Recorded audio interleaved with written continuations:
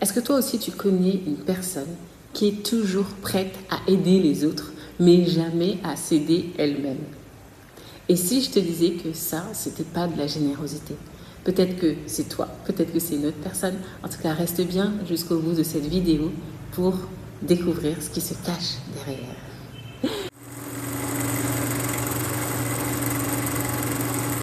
Bonjour et bienvenue dans cette nouvelle vidéo. Ici, on parle de l'identité, mais surtout de l'alignement identitaire qui rend le succès, le bonheur, la réussite inévitable. On est toujours dans le thème de l'ego comme stratégie de survie. Okay. L'ego, encore une fois, c'est notre ami. Il est là pour nous protéger. Mais des fois, il fait des choses de façon un peu compliquée.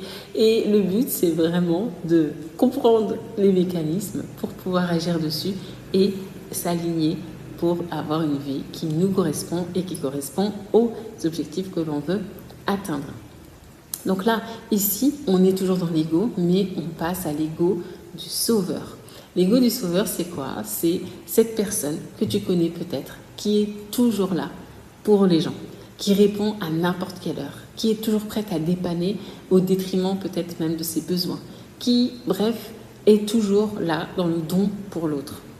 Mais quand tu regardes, la personne, elle vit au détriment de sa santé, elle vit au détriment de son hygiène de vie, elle vit au détriment peut-être de son environnement dans lequel elle vit, de ses projets accessoirement. Et en fait, tu te dis, mais mince, pourquoi? Tu vois, tu te dis, mais quel est le décalage entre ce que la personne, elle donne et ce qu'elle vit?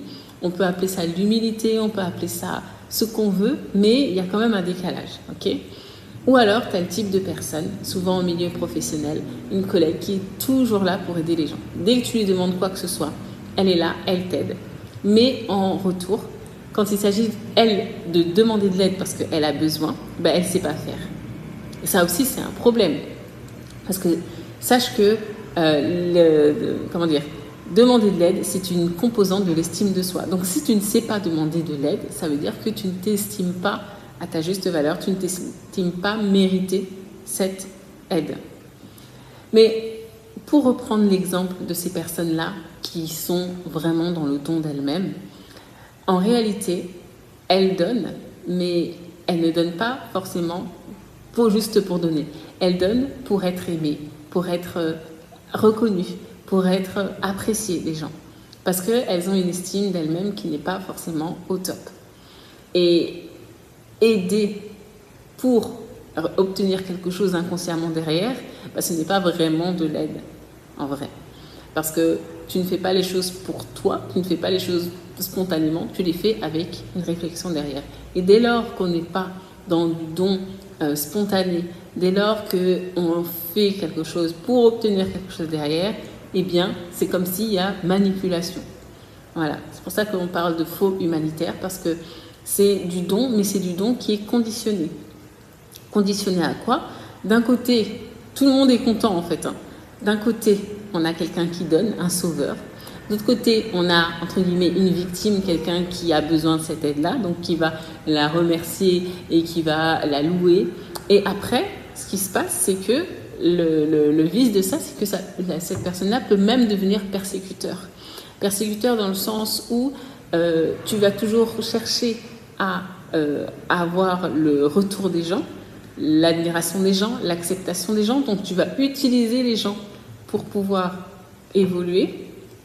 Et puis surtout, faut faire attention aussi à la perception que tu as, parce que tu fais les choses pourquoi? Parce que tu as envie d'aider les gens, parce que tu as une motivation hédoniste vraiment, ou alors est-ce que c'est une motivation qui te pousse, qui pousse les gens vers toi, qui cherche à ce que les gens t'adulent, à ce que les gens te louent? Et ça, en fait, on n'est pas dans une réalisation, on est plus dans de l'ego. Et de l'ego, ce n'est pas quelque chose qui va te faire vraiment évoluer. Donc c'est ça, en fait, le problème. Dès lors que l'on est, encore une fois, dans ce triangle de Karpman, persécuteur, sauveur, victime, en fait, on n'évolue pas.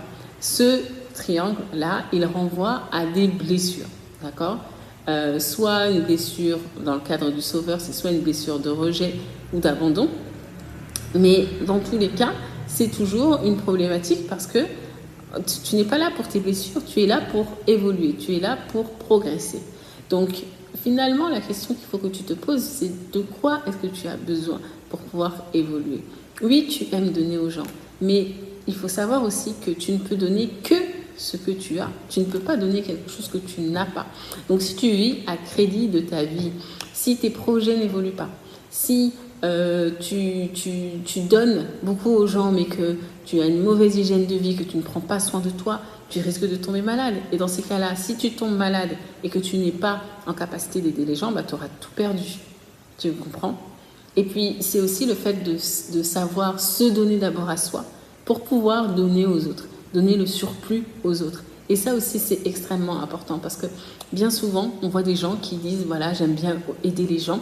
D'ailleurs, c'est la raison pour laquelle j'accompagne principalement les métiers du bien-être, de l'humain et de l'accompagnement. C'est parce que ce sont des personnes qui sont tournées vers les autres, qui ont une motivation égoïste, certes, mais aussi une motivation hédoniste. Et le souci de ça, c'est que des fois, on ne sait pas vraiment mettre le curseur, mettre l'équilibre. Pourquoi? Parce qu'on a été conditionné à s'occuper des autres, à ne pas penser à soi, à donner plus qu'on l'en a.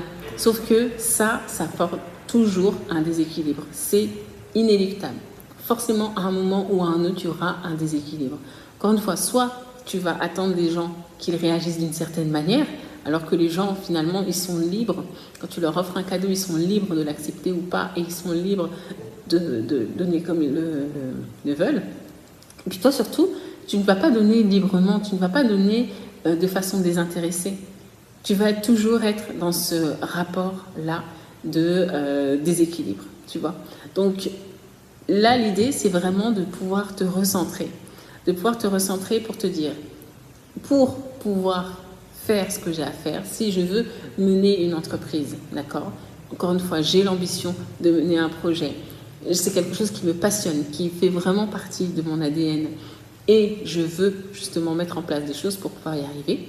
Ben, en fait, il faut absolument que je veille d'abord à mon bien-être, que ce soit physique et mental, que je sois bien pour le faire, d'accord? Que j'apprenne à dire non.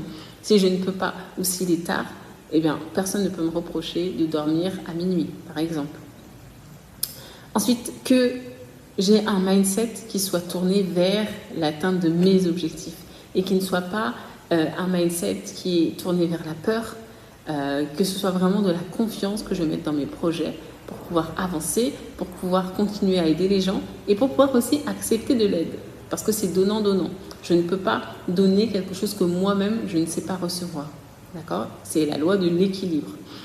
Et que je sois vraiment dans la recherche de la perfection, la recherche de donner le meilleur de moi-même aux gens, plus que la recherche qu'on m'applaudisse, que l'on me voit, que l'on me remarque ou quoi que ce soit.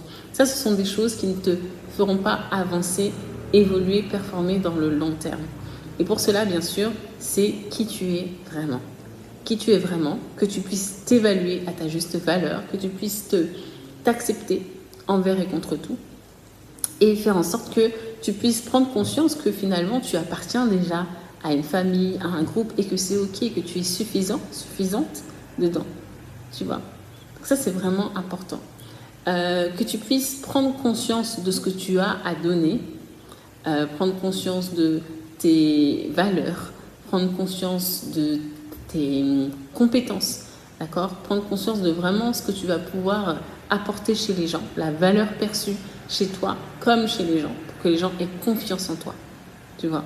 Et à partir de là, quand tu as déjà validé tout ça, tu verras que les choses iront bien mieux pour toi, que tu vas pouvoir aider les gens, mais vraiment de façon spontanée, gratuite. Et comme dit ma coach, l'argent, c'est l'art de servir les gens. Plus tu sers des gens, et plus tu as de l'argent. Donc, en fait, en gros, c'est quoi? C'est de se dire, si tu as un business qui est tourné vers les gens, en fait, que tu ne sois pas là en train de sauver les gens, que tu ne sois pas là en train d'agir avec tes émotions, de dire « oh la pauvre, le pauvre » ou quoi que ce soit. Non, rationnellement, tu as quelque chose à faire valoir, tu veux aider les gens, et tu le fais sans, en ayant bien sûr ce souci-là d'aider les gens et de leur apporter des solutions à leurs problématiques, mais que ce soit vraiment dans une logique de créer de la valeur et donc forcément de créer de l'argent. Et là, tu verras que ça ira mieux et que tu ne seras plus dans cette situation-là où tu penses que le merci, ça paye tes factures. Parce que ce n'est pas le cas. D'accord? Donc vraiment, fais ce travail sur toi. Fais ce travail sur qu'est-ce que je donne, quelle est la relation entre ce que je donne et ce que je reçois. Fais le travail aussi sur le pourquoi est-ce que tu donnes, quelle est ta vraie motivation derrière et t'assurer bien sûr qu'il y ait une motivation égoïste, une motivation qui soit tournée vers toi, qui soit pour toi et pas une motivation qui soit... faut prendre la nuance entre une motivation égoïste et une motivation tournée vers l'ego. La motivation égoïste, elle est pour toi, elle te nourrit toi. La motivation tournée vers l'ego, eh bien, elle cherche simplement à nourrir ton ego, mais elle ne cherche pas à te faire avancer. Voilà. Donc, si cette vidéo te parle, d'accord, surtout, c'est que y a un appel derrière, un appel à passer à l'action, un appel à faire les choses différemment. Donc, si c'est ça, n'hésite pas. Tu as la formation Reset Your Mind qui te permet de travailler dessus en 30 jours sans thérapie, ok, qui te permet de faire le point sur tous tes blocages, tous tes dysfonctionnements éventuels, ok. Après, tu as la possibilité aussi de prendre un appel pour discuter avec moi et pour pouvoir ensemble trouver des solutions à ta problématique et faire en sorte que tu puisses propulser ton activité en t'alignant au niveau de ton identité. Voilà. Et bien, sur ce, je te souhaite une belle suite de journée et prends soin de toi et n'oublie pas que tout est possible, que tu peux tout obtenir, que tu as tout en toi, qu'il y a peut-être des dérèglements qu'il faut juste réajuster, mais que tout est là déjà. Eh bien, je te souhaite vraiment du beau temps et je te dis à bientôt. Bye bye.